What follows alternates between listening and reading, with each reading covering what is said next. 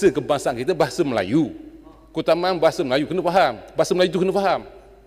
Keutamaan kita bahasa Melayu. Kita bukan menepikan bahasa lain. Jadi kalau nak orang Cina nak guna bahasa Mandarin, orang India nak guna bahasa Tamil, orang Melayu bahasa Melayu, apa bentuk perpaduan yang kita nak? Saya nampak macam Hulu Terengganu tersangkut tadi. Apa nak cakap Hulu Terengganu?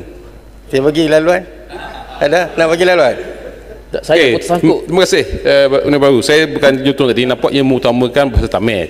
Saya bukan membangkang. Tapi kita ada bahasa Melayu, bahasa kebangsaan. Jadi itu keutamaan. Jadi kalau semua nak bahasa Tamil, bahasa Mandarin dan sebagainya, apa bentuk negara kita yang akan wujud untuk masa akan datang? Terima kasih Ketua. Okey, terima kasih Hulu Terengganu. Masukkan juga dalam saya punya tag.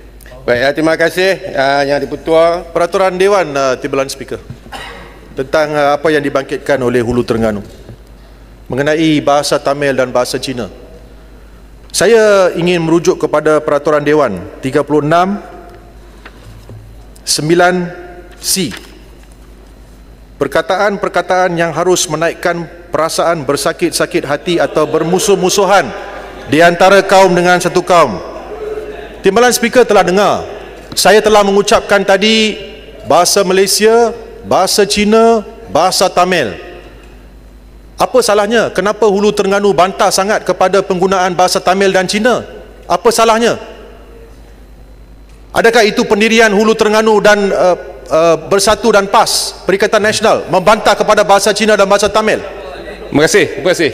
Jawapannya Ketua, saya kata bukan membantah, tapi bahasa kebangsaan kita bahasa Melayu. Keutamaan bahasa Melayu kena faham. Bahasa Melayu tu kena faham. Keutamaan kita bahasa Melayu. Kita bukan menepikan bahasa lain. Jadi kalau nak orang Cina nak guna bahasa Mandarin, orang India nak guna bahasa Tamil, orang Melayu bahasa Melayu, apa bentuk perpaduan yang kita nak wujud? Itu maksud saya. Tak menyakitkan hati. Itu pandangan. Terima kasih Ketua. Yang Ketua pun setuju dengan saya. Tadi Ketua. Saya rasa kena reset balik. Timbalan Speaker, saya guna balik peraturan. Timbalan Speaker. Timbalan Speaker. Yang Berhormat. Saya tak faham lah macam ni. Timbalan Speaker. Yang Berhormat Jelutong, itu pandangan Yang Berhormat Hulu Terengganu. Pandangan, tapi tidak boleh. Timbalan Speaker. Yang Berhormat Jelutong dengar dahulu. Timbalan Speaker, Yang Berhormat Jelutong, saya sudah kata itu pandangan Hulu Terengganu dan dia kata tidak membantah apa-apa yang dihujat oleh Yang Berhormat Jelutong.